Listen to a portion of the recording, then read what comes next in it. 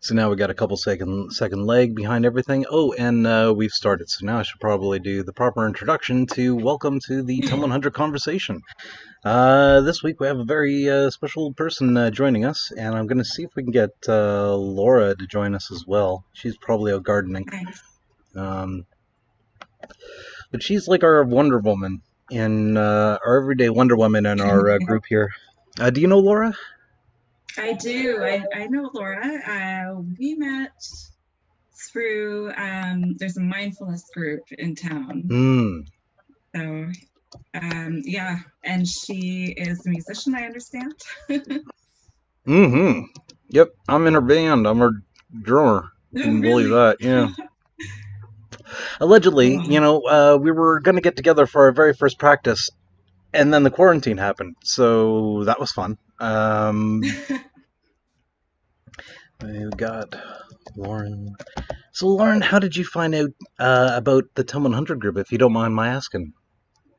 Oh, actually, Laura shared it. Hey. So, yeah, Laura Van Dyke, and yeah, it intrigued me because I mean, this is something that's been on social enterprise, something Mm, that's been on my mind for a long time, since studying social service work at Georgian College. I've nice. completed that now, and there was a couple opportunities to learn about ones that were already in our community. Mm-hmm. um, Yep. Mind you, I was in Aurelia for part of that schooling, and one was in Barrie.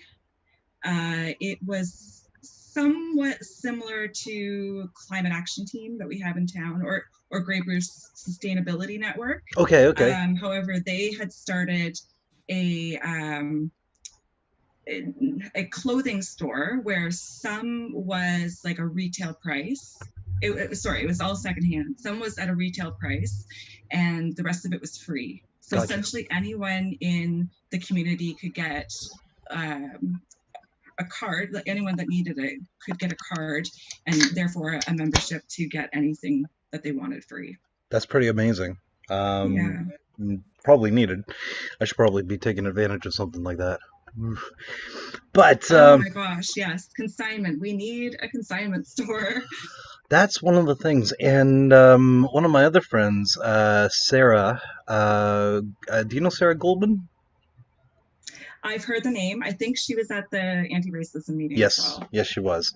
Yeah. So she's had an idea of opening up a is consignment the kind of like a fancy way of saying secondhand, like a Goodwill sort of thing. Consignment means instead of donating your clothing, you can make a percentage back for the store selling it. So, for example, I had an old Okay. jacket that I tried to sell on buy and sell locally, Yeah. and I knew it was worth some money, and I wanted to get that, but I wasn't getting any bites online. And but they had the storefront and the clientele that would come in and maybe buy something like that. And Okay. I mean, the percentage that the owner gets, the owner of the item gets, is between 40 or 30 to 40%, and then the store takes the rest of that. Mind you, some stores are operating at essentially cost. They pay their employee, Hmm. and there's not much profit there. So And that in lies. This is a great segue to talking about the 10-100 idea, because of course this is a business making machine, is what the 10-100 yeah. is. Have I ever? Has anyone gone over the basic premise behind the idea with you before? No, just what I've read on the Facebook page. Okay. So yeah, go ahead. Perfect. Well, so this will give me an opportunity to see what I can do for an elevator pitch. So the 10100 is a method for making businesses that are locally sourced and are locally driven, and of course keep all the money that it makes within the local economy as much as it can, spreading it out to the workers through a democratic process that we like to call the worker-owned cooperative. In a nutshell, we take the idea that if we start with 100 members and 10 business ideas, that we will then collectively pool our resources in order to get each of those businesses up and off the ground. These are intended to be small to medium sized businesses, something that could operate and start within the greater Grey Bruce area without too much struggle and our 100 members would be the pool of labor that we would be able to pull from, that would be committed to whatever enterprise we're operating, and we would then get our initial capital startup fee from the membership fees that we would bring in every month. So $100 a month from each member makes $10,000 a month. After every quarter, we would get together and we would decide, okay, based on how much we've collected, we either have 30 grand in the bank or 60 grand or 90 or 120, depending on how, if we've been doing this for a year. And with that amount of money in the bank, that would be enough to get started for at least one of those 10 businesses. And then once that business is established, using the pool of capital, whatever that business makes and produces, uh, the majority of it would go back into the capital pool. To a tune of, if we have one business up and running and nine businesses in the waiting, 90% of what the one business up and operating makes will go back into the capital pool. Once we get more Mm. businesses up and running, the capital the split becomes less and less. So if we have, say, three businesses up and running, 70% of what those businesses make will go to the capital pool, and then 30% will go to the dividend share pool, and which is then split between all the members of the cooperative, and through a mechanism that, because everybody who's a member of the cooperative, when they agree or when they sign up, we all agree that anybody who works for any of our businesses will all get paid the same hourly wage, which will be a living wage. And then instead of providing incentivization or reward through increasing the hourly wage, what we do is we provide dividend shares. And so each member can earn dividend share, 5 dividend shares a week, and you earn dividend shares through putting in a shift at one of the 10100 businesses. So if you put in a shift, 1 hour, 1 4-hour shift in a week, you earned a dividend share because you helped us work. If you do full-time hours, 36 or more hours in one or more of the cooperative businesses, so you can work in one or two or even three, depending on what you want to do. And each of those hours worked in those businesses go towards the full-time hours at which you would earn another dividend share. If you were elected to manage one of these businesses, along with managing hours, which would include things like doing supply runs, setting scheduling, taking care of the liaisoning between the administration, and all that other great stuff. So there would be a certain amount of hours that would be included in that. Plus, you would get a dividend share for managing.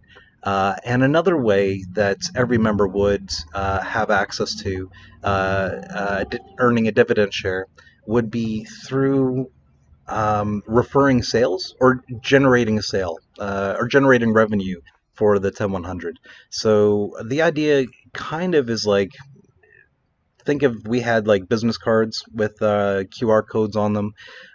We would just hand them out to all of the members, and each member would scan that QR code, and that QR code would then be registered to them, and then we just hand it out to everybody, family members, neighbors, Okay. Yeah. everybody. And anybody who has mentioned something, oh, I need this or I would like that, and it's something the co-op can do, send them to us. We'll give them a 5% discount, and you'll get a referral, and you'll also end up generating a dividend share for that week that it comes in. And Mm-hmm. so everybody can earn a maximum of five dividend shares in a work week, to a maximum of 65 a quarter, and and every member of the cooperative has access to those four basic things, and then each business manager within a framework is allowed to use dividend shares as incentives within their own business structures. So, in lieu of gaining sales commission, maybe you'll get dividend shares. In lieu of um, uh, a bonus check for meeting a sales quota or something, the sales team would just get an extra dividend share, automatically, sort of thing. So like there are different ways that we would then incentivize, and that way, when our network of businesses do well and the dividend shares start piling up, then we then it's really going to pay off. But for the first little bit, we're probably not going to see very much in terms of dividend shares. But at least everybody who does work within one of these cooperative businesses will be getting paid a living wage, at the very minimum, Mm-hmm. for the hours that they're put in. And yeah, so that's the basic premise behind the 10100. And so when I read about your idea of turning people's lawns and backyards into is the word arable land, or basically being Edible used. gardens. Yeah. Yeah. Perfect. I love the idea. And Yeah. immediately I was beginning to think about how that would work within the 10100 structure. Um, but Mm-hmm. I, so what is the idea? Because I got a little bit of it on the Facebook post there. Would you mind going into it a Yeah. little bit more? Yeah, I'll sort of flesh that out for you. So, this is based on a company that I learned about in Guelph. So they call themselves Backyard Bounty. I'm not really sure how they got started with this, but their sort of model, I guess, was um, it was volunteer run. The administrators might have made a salary, but it was mostly volunteer run, with the incentive being that you're helping Guelph go green. Um, but the other incentive being that you would get some food out of it.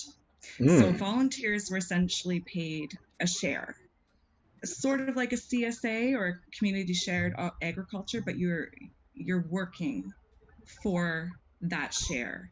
So about a third went to the volunteer, a third went to the homeowner that was letting you garden on their property, and uh, a third was sold at the market, and then that profit went back into the business.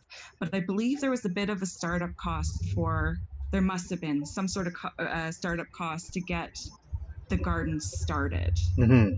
right? Like it depends on someone's yard, obviously, and what sort of resources you, or soil, compost, um, raised beds, whatever's going to make sense for that Yeah. particular lawn. And every lawn is different, right? You've got shade, you've got um, full sun, you have to grow different things in those areas.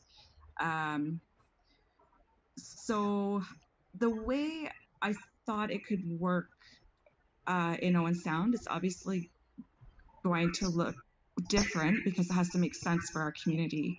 Um, I think the best approach might be to approach people that we know would be interested in the go green part, and sort of Hmm. setting a model within their community, and showing this example of what you could do instead. And then maybe that starts some conversations with those neighbors that say, hey, what are you doing? There's other people around taking care of this. Um, and they might consider it, the next year. It would be very interesting to know, like, because all those things that you described there, initially in terms of like soil conditions, growing conditions, like shade and things like that, knowing what is possible to grow in those kind of conditions, we're going to need somebody who knows what they're doing, um, Yeah. for something like Yeah. that. So my background is in at first biology and studio art. So in my biology minor, I studied mostly botany. Excellent. And then from there, I went to work in a therapeutic garden. Um, so using both my art and my plant knowledge, farming is in my family big time. I grew up on a hobby farm, and my grandpa grew beans for seed for Heinz. So he grew the seed, and then he would ship them to the States, and then they would be mass produced for your can of beans, right? Nice. um, Nice. but I recognize that I'm still learning because I'm a little out of practice. I've lived in cities for a number of years now, Right? and haven't really had that access to land um, to do this.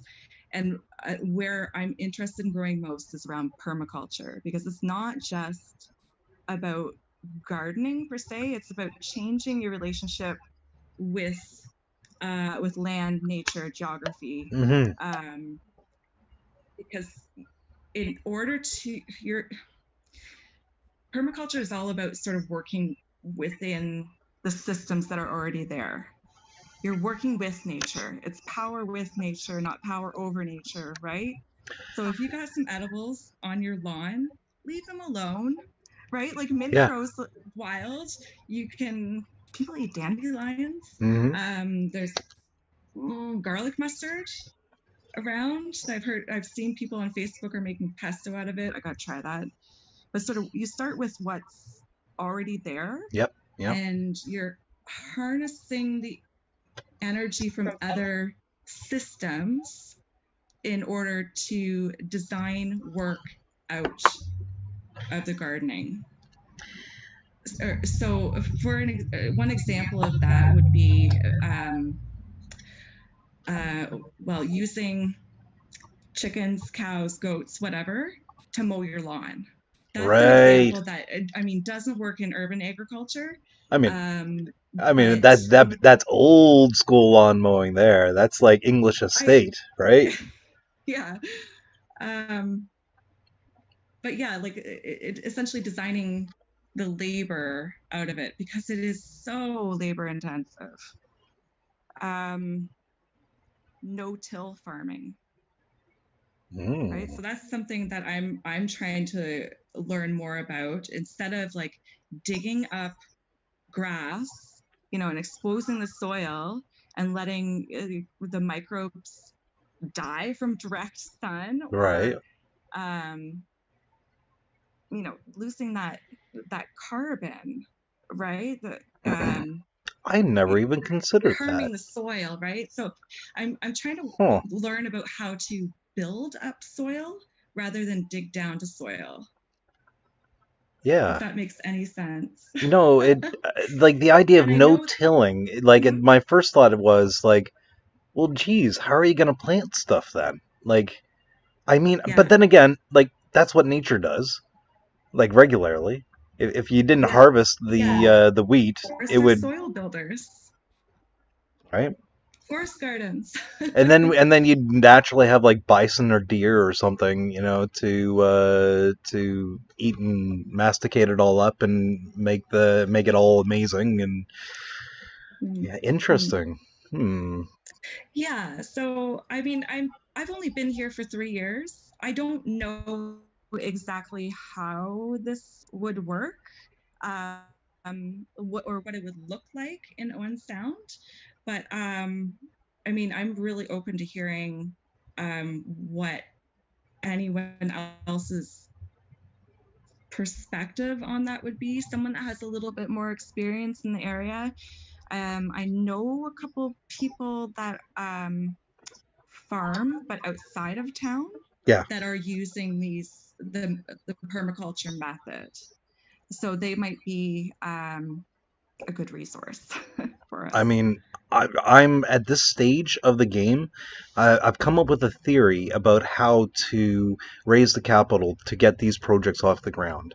The next Okay. stage is to connect the people who have visions for what this mechanism could support. And so what I would be what I, and so what I'm doing now is I'm trying to find people who have ideas and trying to start the arduous process of networking Yeah, around yeah, around an idea, and so that we can turn this idea uh, of growing food in our own backyards that we can then turn around and sell at the farmers market, sell at restaurants, sell at the IGA, yes, yeah, um, yeah. uh, and do it for profit. Like do it as a business Mm-hmm. and not apologize for it and do it well, and then side benefit, we grow our own livelihood out of it. You know, we get a job out of it that feeds our souls just as much as it lines our pockets. And if it Yeah. does well, we all get to share in the surplus. And Mm-hmm.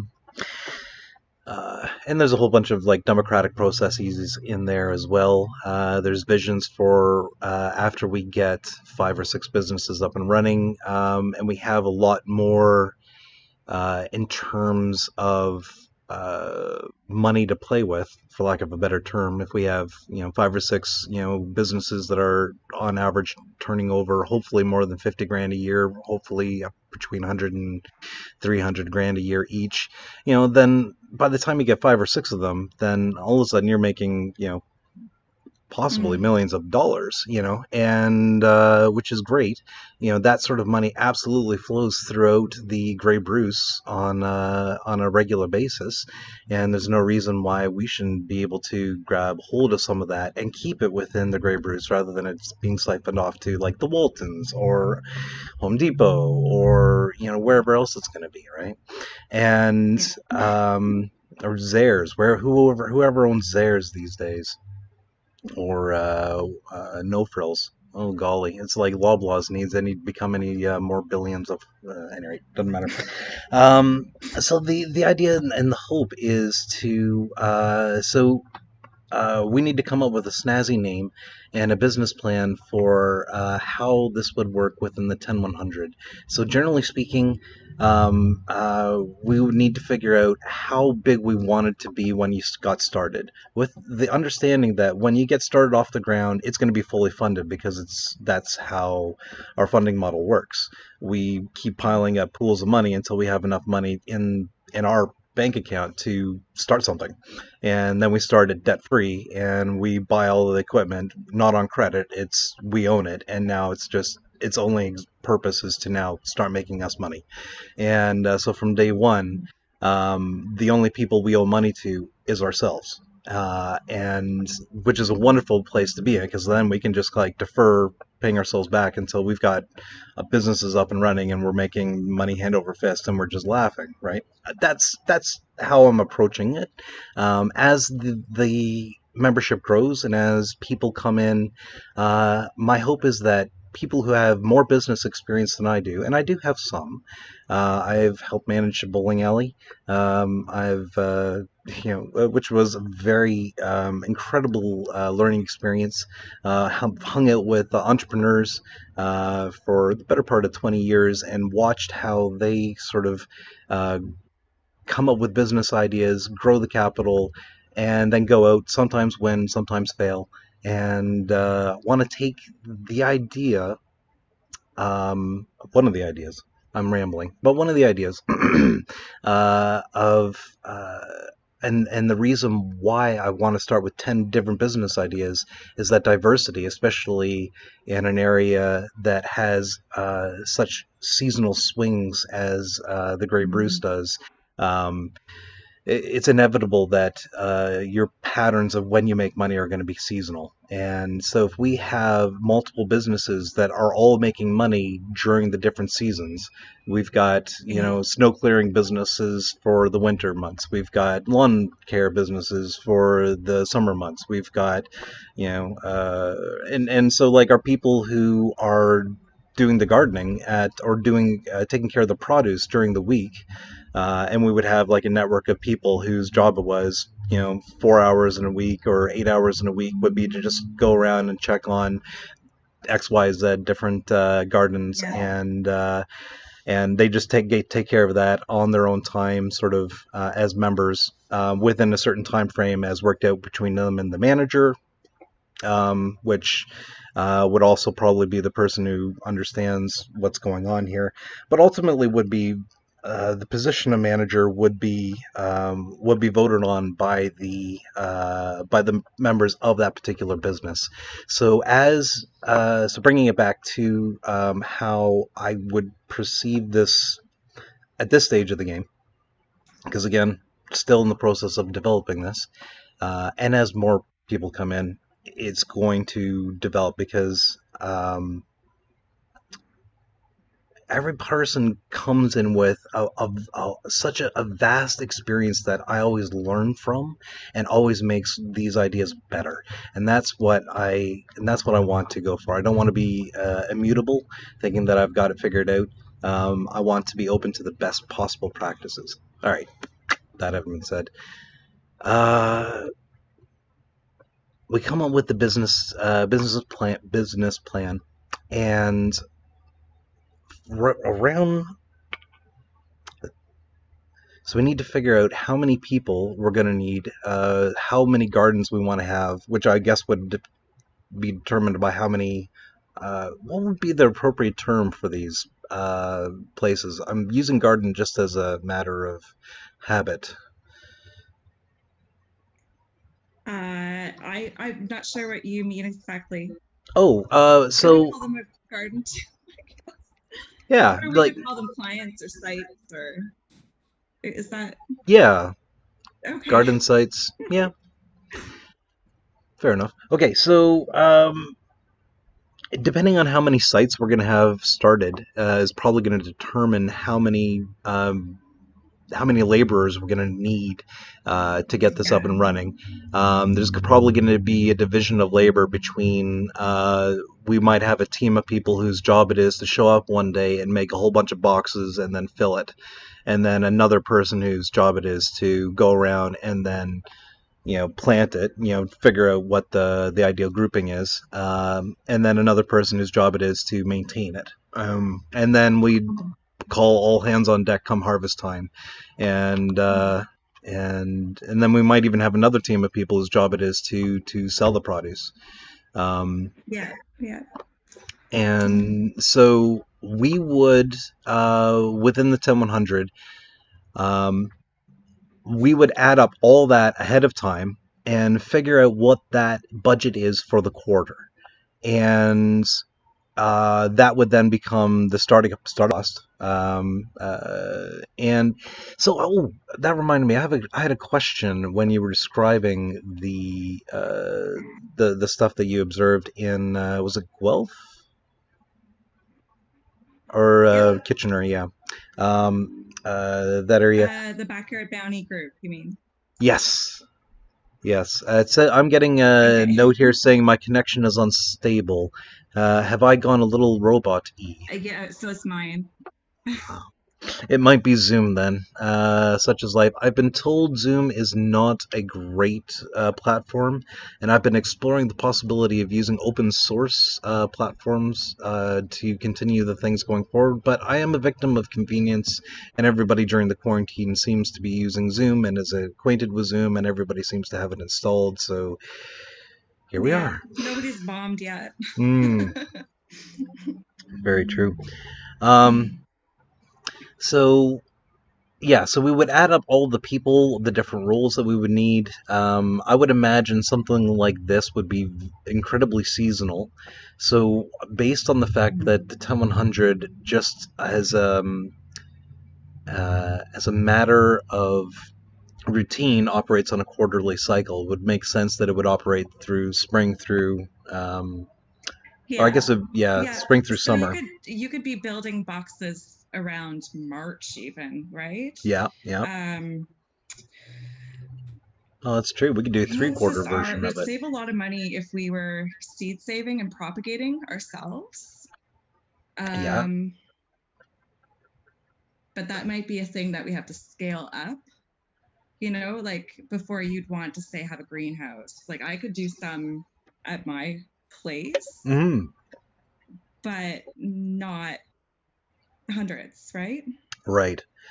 Um, So the building boxes could be really early. Starting seedlings could be really early because that's indoors. But then the like filling and planting beds would have to be done all at once at all mhm. sites. And Yep. you want to do that right around May 4, right? I don't think you should leave it later than June, uh, like first week of June. Right. Um, Weeding and watering, most of that labor will be designed out as much as we Yeah. possibly can. Yeah. It doesn't take as long if you set it up right. Um, so that could be a reduced workload at that period. Yeah. Yeah. Um, and then harvest, you'd want more people around. So the Harvest be- and then sales as well. so the beautiful thing about the 10100 is that you have a pool labor force of 100 Mm-hmm. members, who are who would all be sort of available. So when the call would go out, we need 20 people this weekend. Um, $15 an hour plus overtime or whatever it is, or plus a dividend share. Even if you've already Mm-hmm. have whatever, you just get an automatic dividend share, and then so people go out and and it's already budgeted for. It's already paid for. All the hours and those 20 people are already covered, so we don't have to. Nobody has to worry about. Whether or not they're going to get a paycheck because the potatoes haven't sold yet, right? Um, Mm-hmm. and then yeah, um, and so you What? don't have to hire people on and then lay them off during the downtime, and then hire people on again and then lay them off, Yeah. in spurts. You've already got the people that are there, and so we just put the call out, and then we'd have the people who are specifically on that. This is their job. You know, Mm-hmm. um, Mm-hmm. this is and there may only be 2 or 3 people who do it. One full-time person Yeah. and a couple of part-time people, or maybe 6 or 7 part-time people with like depending on how big we get, Mm-hmm. who just put in a couple of hours here a week and then put a couple of hours here at another 10100 business. Because that's the beauty of the idea, is to try and create a diversity of places where you can go to work on a regular basis while at the same time maintaining the relationships with the people that you're working with. So you don't have to kind of reinvent your relational sort of world every time you go to a new workplace. Anyway, it's just I think there are health benefits to that. Yeah, definitely. Mhm. And that reminds me of this thought again.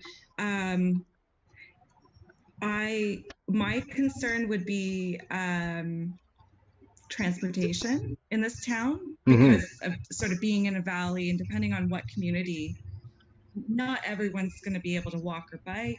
You might want to be driving instead, Mhm. and then how that gas adds up, right? So I think it's going to make more sense, like you're saying, having that relationship, especially if you're going onto someone's property. Yeah. There's got to be some trust there. Yeah. And there would have to be some sort of liability clause in like if somebody gets injured on your property, I Mhm. believe that falls on the homeowner, right? Well, the Tim 100 would definitely be like the business would be insured, like no matter what, and Okay, yeah, and so yeah. If we're Okay. operating as a business, we're going to be, and that's part of the beauty of the 10100, with and the having the power of being like a numbered corporation on in the business world. Like, we're no different from like any other large numbered Hmm. corporation, and our money is just as good. And so then we get access to all uh,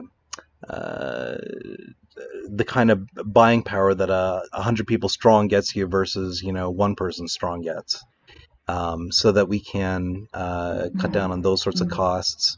Sorry, I'm beginning to ramble now. Because I think I was picking up on an idea you were laying down, and now it's gone. Sorry. I was picking up on an idea you were laying down, and I was running with it, and Oh, then. I was. Oh yes, I was just talking about sort of commuting around to different sites. So if it's one person, Mm-hmm. right, that would end up taking quite a bit of time and potentially gas. You're moving tools. You're potentially moving soil and compost and that sort of stuff. Um, Okay. So like you'd have the manager would probably also have like the company vehicle, which would be like a pickup. right. Yeah. Then and Yeah. it would also be becoming on the manager to like the manager might then also become the person who maybe if you have one or two people that require movement with the vehicle, you guys got the truck.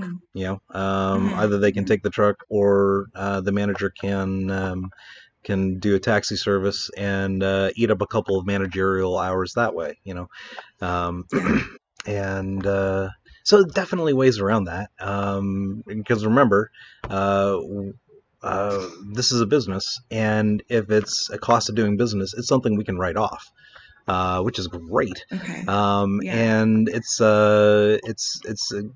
we can write that. Yeah. So yay for being a large corporation. We're going to make it work for us this time, and because if corporations can make people like Jeffrey Bezos, billionaires, and blah blah blah, that's not his name, but I like thinking that. You're right. Um, if it can make them billionaires here in Canada, like, there's absolutely no reason why we can't do the exact same thing that they're doing, which is very simple: providing a service by, making sure that we all get fed, or we get the material things that we need on a day-to-day basis. We can do that. We're already doing that. And let's just stop doing that as wage slaves. Let's start doing that as co-owners. And instead of sending it back to the Waltons or whoever, we'll just keep it amongst ourselves here in the community. And heck, let's spread it around. Let's invest in as many different local businesses as possible. Uh, you know, um, anyway, I get excited. Oh, that's okay. That's good energy. Bring it on. And okay, so let's bring it back to this idea. So yeah, we would totally have liability insurance. I could even perceive that we would have networks of different of things. We could go to Wyerton. We could get a bunch of places up there. We could go up to Lion's Head. We can go to Southampton. We can go even as far as Tobermory. We can go on the First Nations, get them involved. I would love to see something like this take off within the unceded territories, and Mm, allow that to like really build their communities as well. I would yeah. just love for, and then we would have like a person who's, in each sort of like local area, possibly within walking distance of all of them, or at least, you could have one or two in Owen Sound, east side, west side, and then some. You could have a person in Wyerton, and then it's their job to Yeah. just go and just check up on the Yeah. things every day. And then we would have the manager, or not even the manager, because like you obviously would have the person that would have the expertise to go and check all these things out. We could have a position that if you didn't want to do the tedious things like managing scheduling and other things like that, we could all the people who would be a part of that business, and different members would be uh, so members of the 10100 would, as a member of 10100, each member has to be committed to at least one business of the 10. And so you would have members of the 100 who were committed to this business. And that would be their commitment. You can be committed to more than one. But you need to be committed to at least one if you're going to be a member. Yeah. And that gives the manager the initial pool of people to go to when they need hours to be filled. They're like, hey, everybody, uh, you signed up for this business. I need hours. Who's working it? Right? Right. And then once that pool of people is exhausted, we then expand that out to the next to the rest of the 100, the rest of the members. And if there's special training that needs to happen once a month, as businesses grow, there would be trainers. This is an idea I've been percolating in my brain, so I'm exposing it to the world for the first time now. And this is the idea where trainers would another way of earning a dividend share would be to earn certification to work in businesses that you are not dedicated to, or are not trained in. Right. So you could become, so like once a month, you could, as the person who's running this particular business, could teach members of the 100 who aren't part of your core group how we do things, how to not kill things, how to do the weeds the way we do things, and that sort of thing, and make sure that they are trained and know how that we do things, so that when the time comes that whoever is doing the scheduling for this business exhausts their members, that they can't put any more hours in because we've grown too much, or they just all have to decided to go to Cuba for the weekend, and at that point we would then reach out to the rest of the 100 community, and if we max out the people in the rest of the community, nobody else wants to work the hours, we can then open it up to people within the community, and we would be in a very weird position where we would be hiring employees for a little bit. And if they end up working out, the manager likes their work, the other members of that business like them, they can be nominated for membership, and then they can join the 10100, and then they can share in the dividend shares as opposed to just being an hourly wage slave for us. So that's teasing that idea out. I could see how that would. Does that make sense? Yeah. Yeah. Oh, good. So the next thing will be to then have you talked to any of your friends? Do you have any people in mind who would be really great to work alongside you to get something like this up and operational?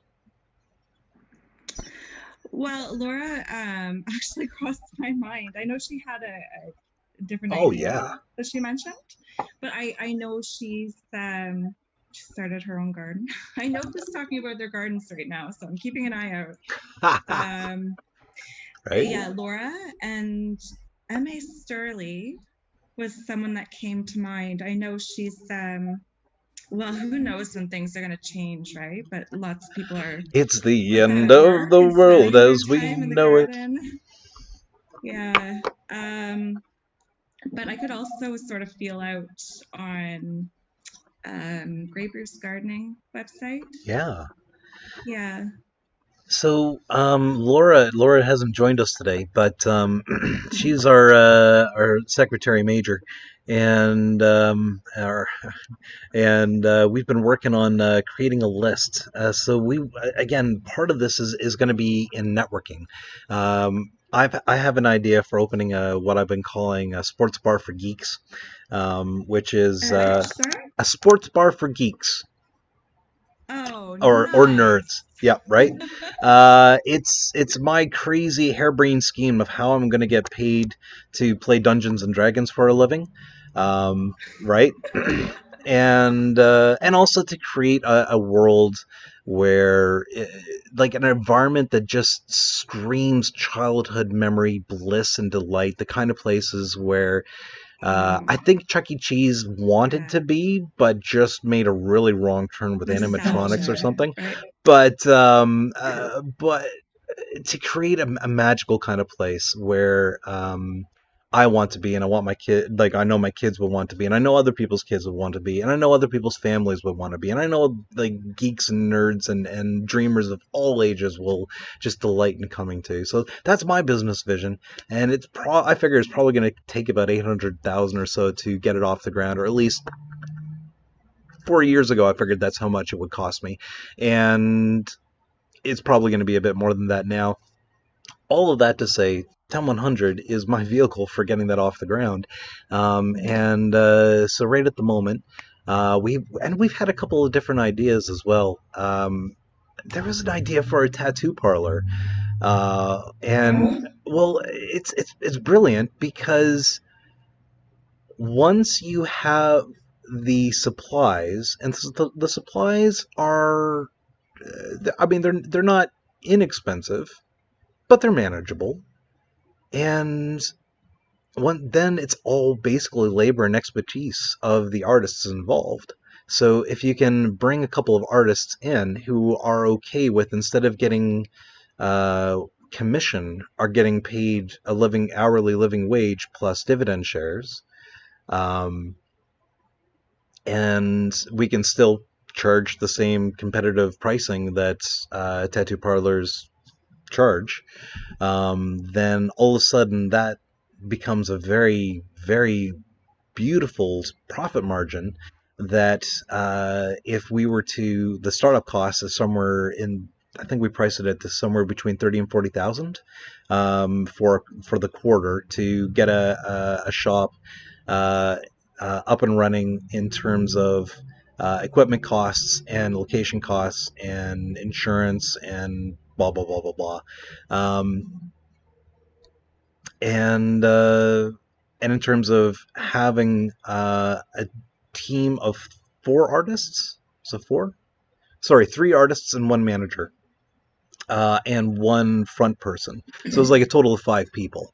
So we figured it out for the quarter would be something to that effect. And then the amount of money that it generates. So we were operating on the principle that we were making $20 an hour because we're dreaming big, and also $20 an hour is a really easy number to work with, because $20 an hour to the laborer ends up being something to the tune of $25 an hour to the business. So, and then which ends up being, when you consider that a shift within the 10100 is always 4 hours. So anytime anybody works a shift, they're always going to get 4 hours no matter what, which is Mm. kind of the way the Ontario law works anyway. So anybody who comes in for a shift gets a minimum of 3 hours, even if they end up getting sent home early. And we'll just kind of make it easy. All shifts are 4 hours. So it's whatever. That's a bunny trail. So shoot, where was going? Right, $25 an hour for 4 hours becomes $100 to the business, and a 4 hour session, a tattoo session, is about $650 plus tax. So if 100 of that 650 is going to the person who is doing the labor, and we'll say another 50 of that is going to the supplies, and then the insurance and the business license and the utility bills and the water bill and the whatever, the all, get all the stuff. $50 for that particular session. The rest of that uh, is surplus. And if you just have everybody in the 10100, and referring everybody and their cousin and their neighbor to your tattoo parlor to get their, tattoos that they want to get done for like the next, couple of months or so, you're going to be, uh, you're going to be booked solid with customers for the next probably year solid, long enough for us to really be able to generate a lot of money that it's all going to get turned right back into the capital pile, and starting up all the other businesses. And in addition to that, we would not just do a tattoo parlor exclusively. We would make it sort of like a tattoo parlor plus, and then add in maybe a beauty salon, maybe a place. I was thinking back when Mel and I were still together, giving her having a place where she would be able to do henna tattoos with clients Oh, on weekends and yes, stuff, yes. right? And we would have like stalls for artisans or people like that who are members of the Yeah. 10100 who could then have a place where they could go and bring customers to, and then a place where we can go and refer customers to for them on their behalf. And so it wouldn't just be a tattoo parlor, it would be a tattoo parlor plus whatever other um, whatever other business like ventures that our members could do with their, that would make Right. sense. Does that make sense? Yeah. And try to Mhm. get as much usage out of the square footage as possible, and already have an inbuilt network of at least 99 other people. If you're somebody who would have otherwise been a sole proprietor trying to run their beauty salon or their hair salon, now you have a network of 99 other people who are all going to be coming to you for their haircuts. you know Mhm. you could do a business on that alone, plus you have them referring customers to you. You might be too busy. You know what I'm saying? Yeah. Yeah. um, a wonderful wonderful problem to have is what I think. But um, and you get paid a living wage for it. Oof. Mhm. Mhm. So yeah, so we need to bring. So I would like to encourage you to invite some of these people to join the group. I'm reasonably Yes. certain it's Yeah. open, and what I'm hoping to do as well is to start posting things onto the Facebook group that will that are inspiring me, that are educating me, and that I hope will also educate and edify other people as well, so that we can all basically journey on more or less the same page and grow and hopefully turn this crazy harebrained scheme of like how we can generate the capital to get our dream businesses off the ground into a reality, because that's where it really is hoping for. And the sooner we can get 10 businesses lined up, and I mentioned we've got your business idea, which I think is brilliant. Like having like these different places all over the Grey Bruce, and maybe connecting with like one or two salespeople who can like sell snow to, to I was gonna use a inappropriate historical racial slur, but anyway, the point of the matter is, um, yeah, we can have a network of people whose job it is to, when the time comes, to sell our produce, and who will do really well at selling our products because that's what they do. And then Mhm. once they're done that, they can move on, and the company doesn't have to keep them employed because they're busy doing stuff elsewhere within the 10100. And it just becomes fluid. I think it's organic, Yeah. and Yeah. we just keep moving people to where we need people, and Yeah. Yeah. shuffling around. Nobody ever has to worry about whether they're going to, and where their paycheck is going to come from, or if they're going to still be employed, that sort of thing, because we're all committed to doing whatever it takes to uh, yeah, to starting things up, to getting a job. There's something have always admired about, especially people from the country here in the Grey Bruce, and that's a sort of get up and go DIY. It's almost like a country punk aesthetic, you know, uh, and and Hey. and I like it. And it's sort of been encapsulated in Letterkenny, I think, to one degree or another. And I get a bit of a kick out of that. I often feel that our area is somewhat inspired for Letterkenny. I have no idea if it is or not, but certainly feels like it. And I just had this crazy sense and feel that if we can get the right 100 people together, and there is more than 100 people who are operating on this sort of wavelength, if we can just get 100 of us together, Yeah. we can start making these things happen real Yeah. quick. And And you know what? It's CAT. It's the climate action team. yeah, They have all these ideas, but I think that some of them, like, they just don't have the capacity yeah, to do the work themselves. Some of it is relying on grant writing, which takes forever. yeah. Um, but there's well, composting is one. Composting food or kitchen waste. Hmm. Um, Wouldn't there's it be someone interested cool? in fruit Sorry. trees, Hmm. fruit and nut trees, forest gardens. Trying to think, there was a number of ideas that I thought could fit into this model, right? Yeah, The social enterprise model. Um, it's just getting it started. yeah. Yeah. And this is I how know we're being going to get it alone and started, doing that, like being alone and doing that is really intimidating. right? Because like the liability is all on you. Wah! Yeah. Right? Like Right. that's scary. That's a deal breaker for a lot of people. Like, no thank you, I'll remain a wage slave.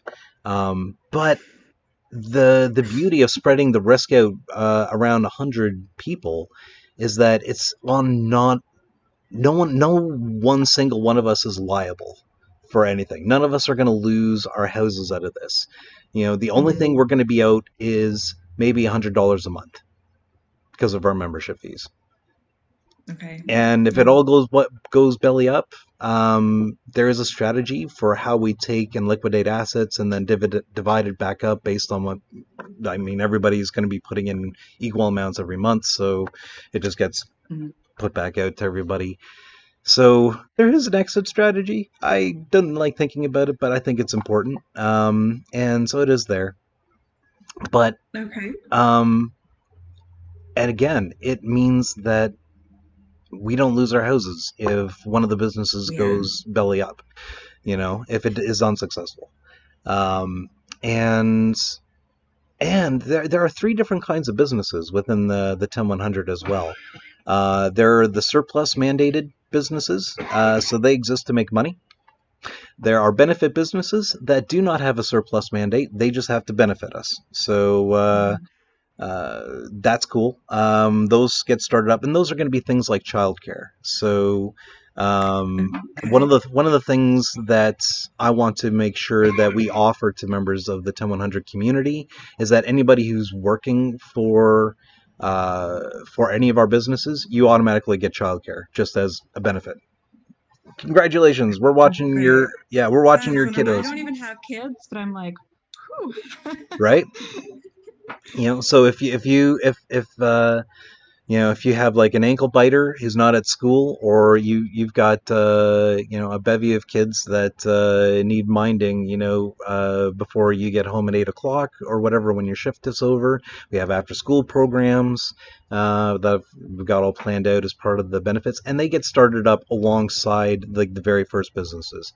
So the plan is we get the list of 10 businesses, and then we start pooling the capital, and then once a quarter we all get together and we vote on which business we're going to start based on what we have in the bank and what the startup cost Yeah. is. And each business will have both their initial startup capital investment cost and their monthly ongoing budget cost. And based on what their anticipated business and all that other great stuff is, best case scenario.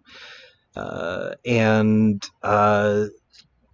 the capital to start the business comes from the big pool of the membership fees, and also from, if we have any businesses up and running, they'll be contributing a percent, like a ratio of what they have there.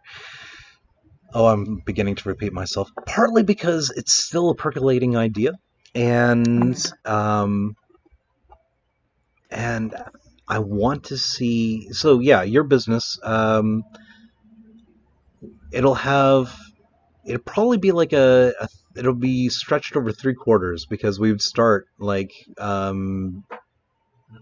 it would probably start in March and go to, yeah, like you said, start in March and go to probably October, November.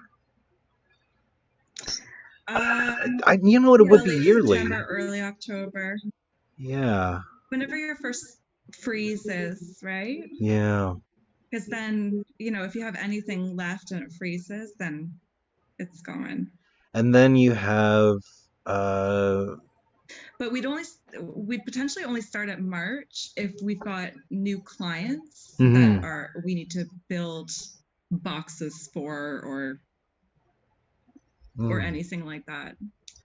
And potentially if we've got a new client in the next season, Mm. depending what their yard looks like, we could do a different intervention than boxes. You could do the hugelculture, which is building up soil, Ooh. kill the grass, Yep. and then build it up. Okay. Yep. Mm. Interesting. So yeah, I don't. It's you're definitely going to have like November, December, January, February off. Yep.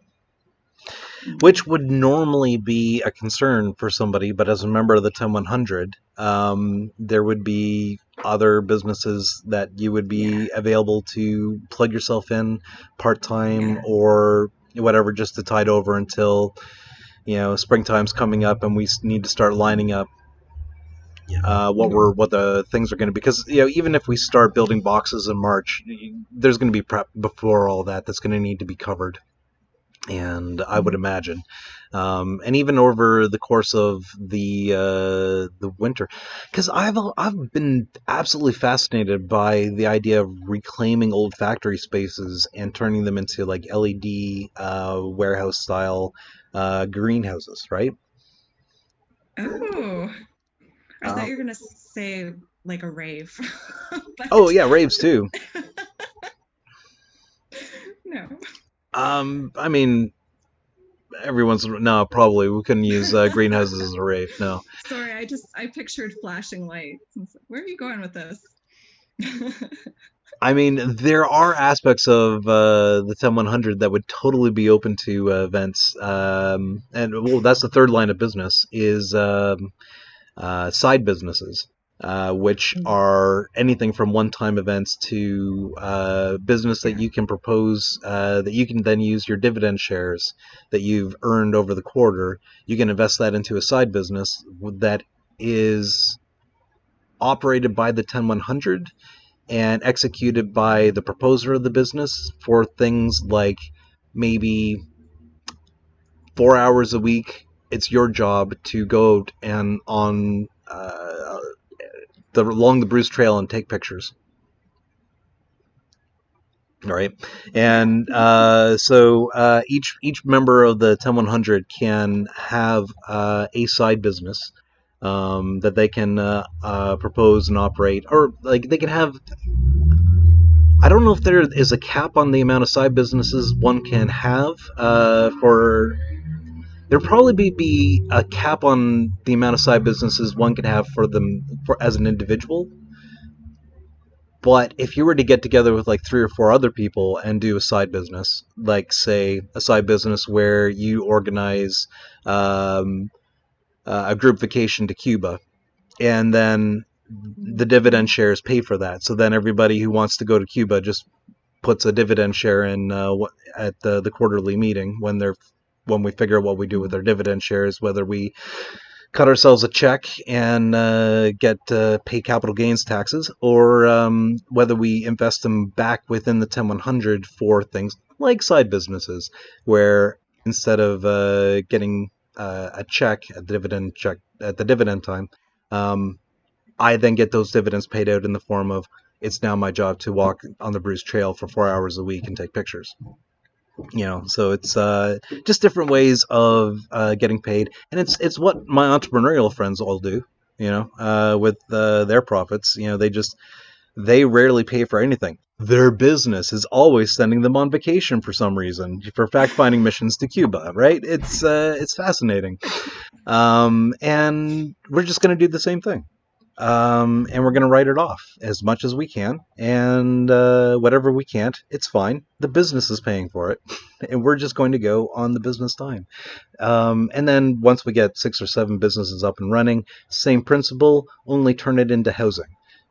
So we would have a benefit business where that would be funded through our dividend shares, where that business would basically buy up property and turn them into condominiums that members of the 10100 can have access to. So you need a 4-bedroom Okay. house because you got a bunch of kids. Cool. We've got this one that's open. And then once we get like 9 or 10 businesses up and running, we'll have that the piece de resistance to the whole 10100 housing project, where you get to put your name in the lottery for put your dividend share in on a monthly basis, to basically have a custom designed built home that would again still be technically part of the 10100, but it's yours for as long as you're alive. Enjoy your dream home. Yeah. So that may be a little pie in the sky, but you know what? That's if you I don't bake it think so. into There it. was a fellow that was interested in purchasing the KOA. Okay, Do you know what I mean? Yeah, I do know about the and KOA. I'm intrigued. he he was going to build tiny homes on it, or he's proposing that they have essentially Mm. like a little. I don't want to say commune because that word has a certain connotation. We'll call it a village. Um, Intentional community, even that has a Mm. certain connotation for me, but like the Oh, are idea, you an evangelical? it's communal living, right? And I've seen it done in other countries. I think it was Norway or Sweden. They're building these um, housing units Mm-hmm. that sort of met in the middle, and they'd all cook together. And I think the one woman was saying that it worked out to about you cook dinner twice, cook dinner twice in a month. I think And that's then someone else brilliant. is helping clean up. Yeah, You've all got your days that you're cooking on, but you yeah. have to cook for everyone. Right, yeah, yeah, yeah, yeah. Oh, that's Yeah. brilliant. I Yeah. used to work at a camp for my summers for a number of years. And that sort of like it's your turn to do kitchen duty, like Mm, that sort of camaraderie is priceless, I think. And being able mm, to earn a living while being able to participate in stuff like that. yeah. I mean, Yeah. choirs of angels from somewhere, I'm sure. Like it's this just seems like a way of being able to allow for things like that to happen. Mm. Um, all right, who are these people? We need to get connected. We need to start networking. Yes. I've got a few specific names in mind, but I'm gonna post something. Are you in the climate action team? I don't know that I The am. Facebook page? I've happenstanced on a couple of their um, protests, demonstrations, Yeah. somethings. Yeah. And I think I may have been on an email list at one point. I was on. Was that one that was with the Oh, Democracy Now? It Grey was. Bruce Sustainability Network. Yeah, did Grey Bruce Sustainability Network come out of something else originally? Like not 369, but it was like a. Oh, 350. That's it. Yeah, 350.org. Yeah. yeah. I was trying to think. There's like it was a 3-digit number. No idea what it was. No. I don't know what 350 means either. It has to do with like the parts per million in the atmosphere. Oh, okay. Yeah. I do remember that bit. The other So, details. yeah, I think if I made a call out, like shared your group, Mm-hmm. maybe even share this talk Please, absolutely. to that group and just yeah, put a little blurb that we're looking for people with ideas and this sort of I don't want to put words in your mouth, but would it be right to say like triple bottom line? Ooh, what is Like triple bottom people, line? planet, and profit. Yes, I like that. Yeah. My bottom line is people, and it always has been. It's as in Or humanizing the economy. I really liked that term too. yeah. Oh, which is the next thing is on my docket of things to do. So before I get into that, and you can stick around for it if you like. I would love it if you did, because the whole idea of I'm doing the Zoom call now because I want to do because we're doing the quarantine. But originally we were going to be meeting at the Owen Sound Hub, and it was going to be a weekly sort of like advertised meeting where I was going to originally read this book and sort of advertising as called Understanding Marxism by Richard D. Wolff. I don't have his permission to read it publicly yet, although I'm Mm-hmm. hoping to hear back from him soon. I did get permission from John Rostakis to read his book, which is all about cooperatives and how they function, the philosophy behind them, where they've come from. It is absolutely 100% a socialist movement. It is all about people. It is all about human beings. It is all about making sure stomachs are full, minds are inspired, and clothes are on people's backs. Shelter is available for all, and dignity is distributed with great generosity. And this is my hope for the Owen Sound community. Like I said, the entire Bruce Peninsula, I think, just like, there's something about this area that is nigh on to it's equal parts beautiful, equal parts hardworking and earnest, and neurotic. And there's something there's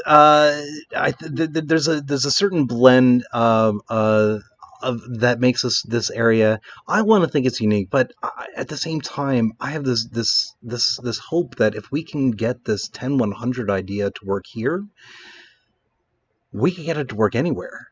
And if we can show that over the course of like 3 to 5 years, we're able to get 50% of our businesses up and running or more, and that we're sustaining and that we are building a feedback loop which creates wealth, not just uh, for one or two member owners of the business or the majority shareholders or the CEOs, but for all of us who are doing the work to make it happen and who came up with these ideas and are continuing to come up with ideas. So that's the other benefit of membership. If you have another beautiful harebrained scheme that just needs money to get off the ground, and none of us, or we've all exhausted our resources of rich uncles and crazy spinster aunts or something, and none of us have the money anymore. Well, this is how we're all going to do it. We're all going to chip in a little bit, and as we do so, it's all going to come together and come off the ground. That's my hope. That's the theory, and the more of us that get together, the more experience we have with businesses, the more experience we have in the form of people adding their voices, and we could with like 100 people that are somewhere in their 30s, assuming that anywhere from their mid 30s to like their mid 50s or even beyond. I would love to have retired people on this whose sole job it is just to give us the benefit of their experience and their business contacts. Honestly, it'd be Right. worth it, Yeah. right? Like if that was their job, Yeah, 4 hours a that's week. not a value. So Yeah, and yeah. can you imagine if we had like a septuagenarian who just loves gardening, who does 4 hours a week for weeding, for our community garden project. We gotta come up with a name for it. Um, uh, what did they call it in Kitchener again? Oh, It was they like called it some backyard bounty. backyard bounty. Yeah, I was thinking of bunny, but that wasn't quite it. Or bouncing bunny. All right, that should be their logo if it isn't. Well, we'll think of something creative. Yeah. Um, I mean, I've always had this phrase in my mind: the Fleetwood Mac song, "Go Your Own Way, Ooh. Grow Your Own Way." Oh, there we are. That was I have been meaning to make a sign for my garden that says that. That's brilliant. Yeah, well, I think it's inspiring. It's very toe tappy. Like you can do this too. Very excellent. Okay. So, to anybody who's come over from that community, hello and welcome. And you're more than welcome to stay. Today we're reaching the educational portion of our of the 10100 conversation. Would you like to stay for that, Lauren? Sorry? Oh, would you like to stay around for that? Oh, yeah, yeah. Oh, wonderful. Will do. Uh, and the whole purpose of this, as I mentioned before, um, can you hear me okay? Are my levels all right? Good. Excellent. Um, my hope is to get some sort of like question and discussion going on with this. So as I'm reading through it, um, and if anything gets sparked, let me know, and I will stop, and we can discuss it. If you have any questions, because we are kind of picking up halfway through a chapter, so I don't know if you've listened to any of the previous uh, videos towards the end where I start doing the reading. Um, I haven't yet. I've also I've also started, and I might actually upload them individually, so that the individual chapter portions are available for people to digest at their own discretion. So I have permission to do that now, so I might do that. In the meantime, I'm just going to not take something to drink because it's empty. Industrialization and social defense. What has been well and truly buried from view this last 2 centuries and more are the uses of the market for the pursuit of social ends. However, the social dimension of economics wasn't acknowledged at the very dawn of economics as a discipline. The first chair of economics in Europe was established at the University of Naples in 1776 under the title Chair of Civil Economy. Antonio Genovese, apologies, who first held the chair, was a pioneer in the study of social economy and had a direct influence on his contemporary, Adam Smith. It is only now that the hidden history of social economy is coming to light. The exclusion of society from the development of economic theory has had profound, lasting, and deeply damaging effects. Society's survival response to the plain idiocy of the autonomous market doctrine asserted itself from the first attempts to enforce market logic on human systems. The struggle continues to this day. The great experiments in socialism and cooperativism, the emergence of trade unions, and the battle for democratic rights in the economy as well as in politics were all part of this human response to an inhuman system. They appeared as soon as the first hammer blows of the machine age were felt, and while the forms of this struggle first evolved in our own industrial societies, the models of resistance and reform that are now unfolding in developing countries mirror the social and collectivist models that arose in the early stages of the Industrial Revolution. As Polanyi put it, the overarching dynamic of Western history since the rise of the machine age has been a double motion: the attempt to subject society to the mechanisms of the market system, and the corresponding responses by society to defend itself against the damages wrought by this system. The same dynamic is now being played out on a global level. The integration of economy activity within the broader frame of social values is still a feature of societies that are today struggling to protect these values from the corrosive effects of capitalism. Oh, lost my spot. Where were Western attitudes less blinkered, there would be a greater recognition of the urgent need to learn from societies that have retained something that Western culture has lost over the last 200 years. But herein lies the tragedy. It is precisely because Western culture has lost this knowledge that it fails to recognize its value. It is a case of cultural amnesia, and its effects are felt at the deepest levels of modern living. In our time, the issues attending the long domination of market logic in Western society have become subtler, more complex, and more difficult to perceive because the problems are now as much questions of ideology as the patterns of popular consciousness as they are of material welfare. Any attempted solution or alternative to the prevailing form of free market capitalism will have to contend with these non-material realities. The submersion of our social identities entailed in the creation of economic man has prompted the emergence of two contradictory realities in the human experience. The first is the growth of the material wealth to a scale beyond imagining in any age previous to our own. It is the undeniable and crowning achievement of capitalism in all its forms. The second has been the spiritual and social impoverishment that lies at the bottom of a profound sense of unhappiness and longing that has become a defining feature of modern industrial civilization. This is the great paradox of our age, the happiness paradox. It would appear that such an unhappiness and the illusion of material gratification on which it rests is the psychic price to be borne for the type of wealth which we have created.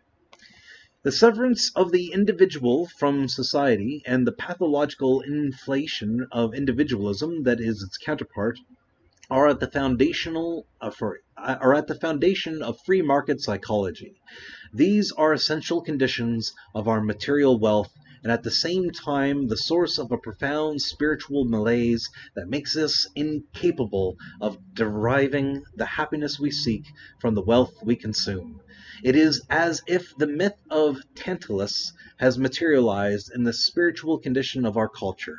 Happiness recedes as we stretch out our hands to the material wealth we desire. And perhaps it could not be otherwise, for the disjunction between unlimited material acquisition, avarice, and personal happiness is a fundamental truth of moral philosophy and religious teaching leading back to ancient times. But never before has this tension between the material and the spiritual been institutionalized in an economic system that so devalues the social and spiritual in favor of the material. By spiritual, I mean simply the sensibility to a value or meaning that transcends material pursuits. Let me read that again. By spiritual, I mean simply the sensibility to a value or a meaning that transcends material pursuits. The poisonous consequences of such an obsessively materialistic worldview, the social and spiritual corrosions that flow from it, are apparent everywhere. They show in the insatiable appetite for consumption that drives us compulsively to satisfy material desire as a solace to sadness, in the demonization of socialism and the mistrust of collective action and the pursuit of shared benefit, in the contempt of government and in the idea of the public, in the unraveling of the very social bonds and fellow feeling that are in times of crisis the financial security against danger, in the pervasive sense that our self-worth is bound up in things we buy, in the utter lack of comprehension in the minds of those who, like Margaret Thatcher, truly believe that society is a fiction and nothing more than a collection of individuals, and most disturbingly, in the difficulty people have in imagining any alternative to the present system.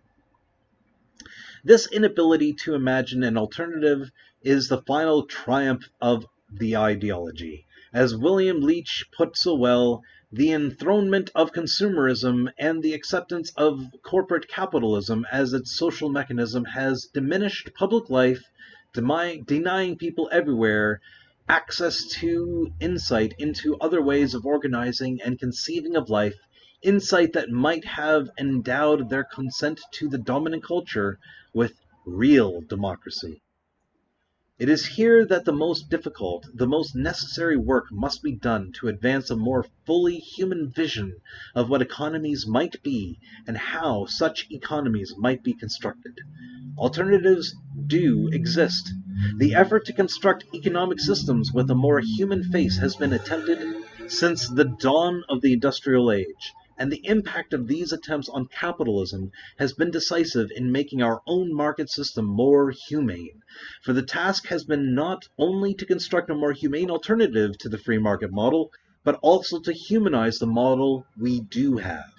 The effort to socialize economics through the creation of collective models of production and exchange has been the center of a reform movement stretching back for 2.5 centuries. All these efforts, embodying the idea of socialism in some form, reflect the attempt to transcend the self-regulating market by consciously subordinating it to the needs of society through democratic means. This book argues that the most enduring and most promising of these efforts is to the use of cooperation as a model for economic and social exchange, and the use of reciprocity as the basis for both economic and social reform. The following chapters will attempt to show why this is true, how the cooperative experience is played out in both advanced industrial societies and in developing ones, and in what ways the cooperative movement worldwide is succeeding and failing in its mission to construct a more humane alternative to free market capitalism. Alrighty. Mm-mm. And that brings us to the end of chapter 1, The Grand Illusion. Oh man. There's something that came up in there for me.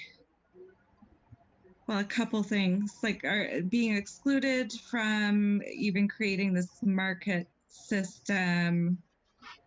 Um, the cultural amnesia. Have you heard of a guy, Gabor Mate? So he's Oh, Gabor Mate.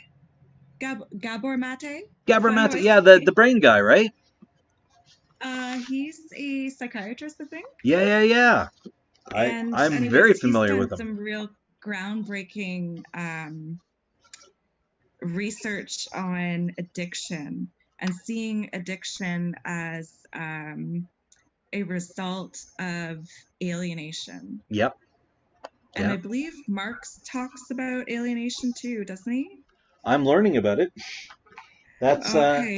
yeah, that's our next project. So once we're done humanizing the economy, we're doing understanding Marxism. Yeah, so he talks about alienation in a couple different ways. Mm-hmm. So alienation from work.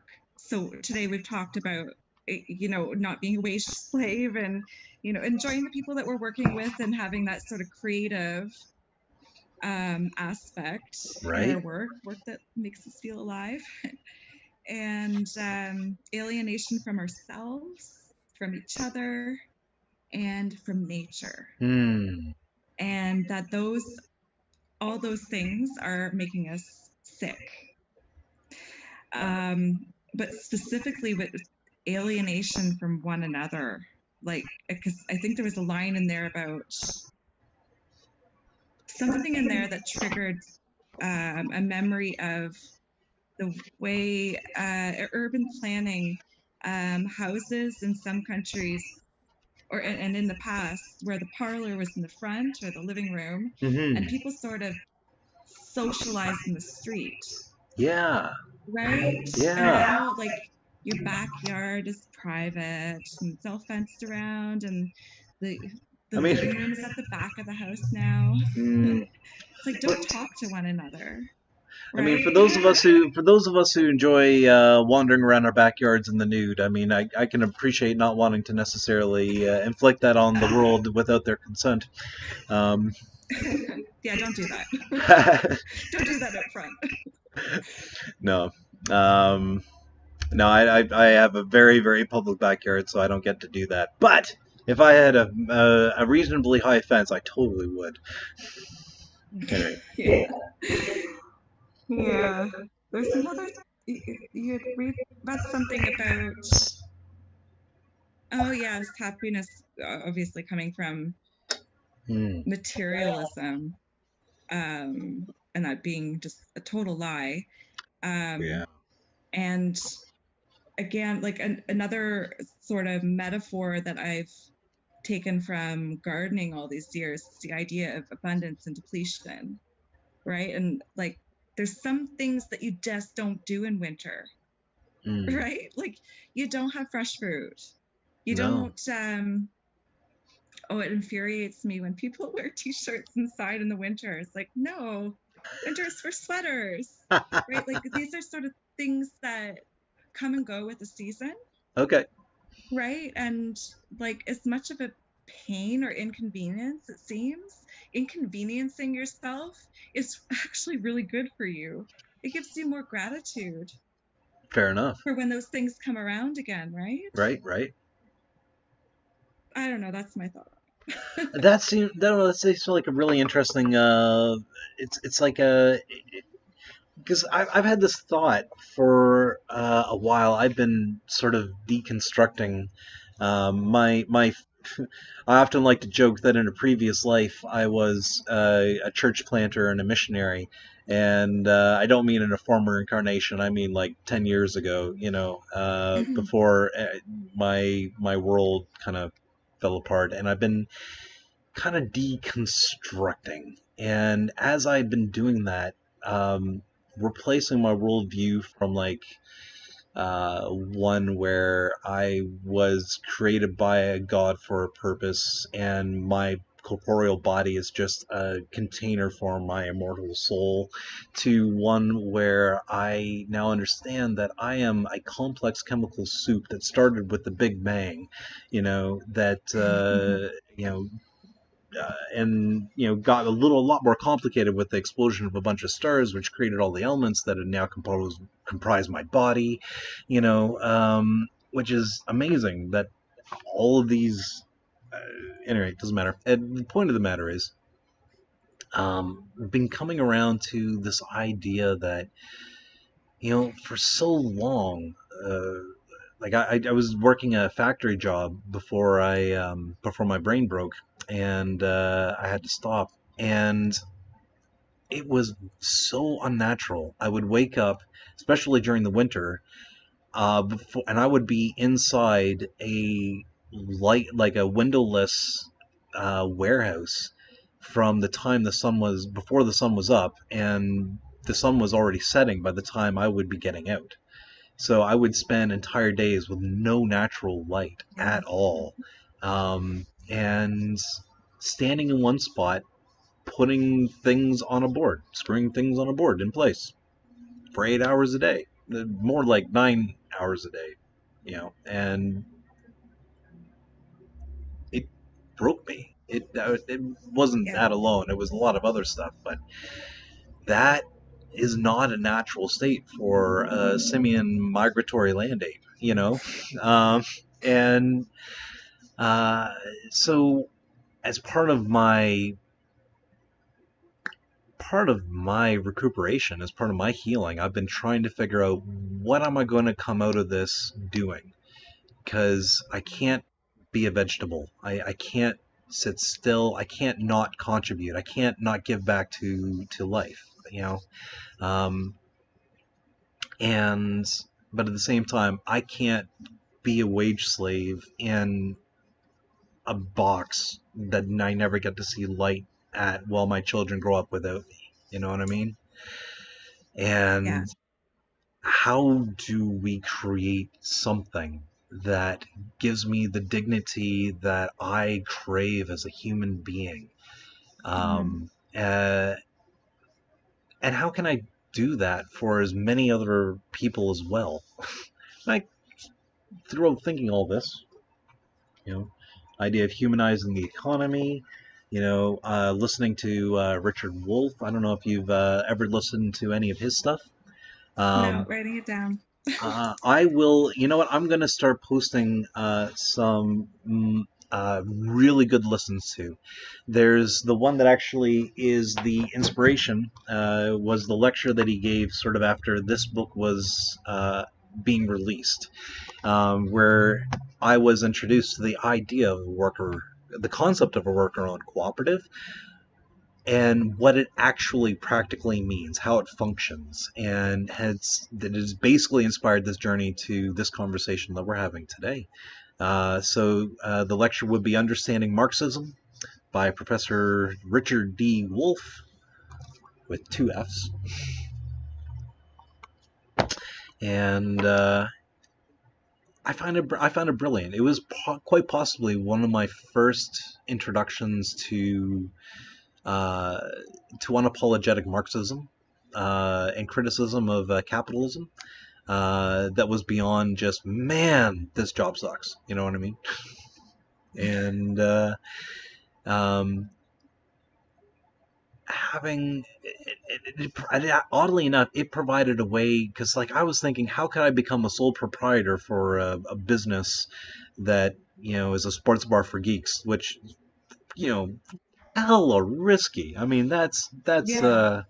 ooh, that's the sort of thing that you want to make sure that you got good solid backing of a good solid team of people at your back when you're going into before you're anyway, I can go off of that. And long story short, the 10100 accounts for all that. It provides strengths in all those areas where I, as an individual, am weak. And that's what I'm excited to explore. That's the idea that I'm excited to propagate and to have with as many people as I can. So I'm hoping that next time we have this conversation, which I think I'm going to call, I don't know. Did you have any other thoughts or ideas from the From the about all reading that? or Yeah, about everything.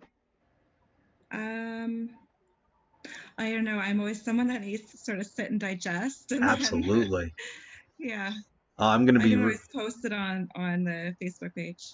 Perfect. Well, I'm gonna the link for this conversation is posted, so you should be able to share that with your Mm. friends pretty much right as soon as this is over. They should be able to Okay. watch it. In fact, you know what? I didn't even look to see if anyone has been on the live stream making comments. Nope, but somebody was viewing. That was cool. Growth, yay! Either way, um, yeah. Final thoughts? Have, have you I wonder if it's a good place to post it or not. Democracy Grey Bruce. Are you part of that group? I am. Okay. I don't I think I was expecting something else when I joined it. It's a lot of articles and then people bitch about them. Yes. But I'm It's more looking for fun that something way. that's more like active democracy, Yeah. right? Like But I don't this know. is I think Um, I people I are wonder if it yeah, would be worth sharing there though. That some people might have the same sort of um, interest in social enterprise and humanizing the economy. I think that's brilliant. I've been wanting to I want to. And I want to have something that I can present to people, like a poster or something. And so like that's maybe I need to talk with my brother, see if we can come up with a quick little graphic that people can just click on and get a quick little understanding for what the 10100 is. So, Mhm. um, but yeah, I think we have a couple of YouTube links people to kind of to be able to watch and peruse and get an understanding. I think every single one of these I go over again 10 10 businesses, 100 members, bringing $100 a month, creating a pool of capital, 30 grand a quarter, that we then use to invest in those 10 businesses. And then it takes off. It's a relatively simple concept. There's a lot more to it. There's a lot of nuance, but I think just with that, it gives enough for people to start imagining, I hope, what they might be able to do if they were a part of such an enterprise. What business would they propose? What Mm-hmm. would they like to be a part of? And for those of us who just want to show up for a job and get paid, this guarantees that you will always have a job to show up to and get paid. And for people who want to start businesses, who have business ideas or come up with ideas and want to see it happen, there's a way for that in this. Because again, benefit businesses don't have a surplus mandate. They just need to provide a benefit that the majority agrees to. And then at that point, those businesses are then drive their operating budget from the dividend shares that we then invest in them. For anybody who's curious, we talked more about that in previous episodes or previous versions of this. I guess I don't know what this is. We're new and we're growing, and so yeah. Let's invite some more people to the 10100 page and let's spread these links around and let's start seeing if because I think the idea of a worker-owned cooperative is an idea whose time has definitely come. People are hungry Yeah. for something Yeah. different. People are no longer satisfied. Our entire generation and the generations coming after us are criticized constantly because we're not willing to play the same stupid games that our Game. parents' generations were.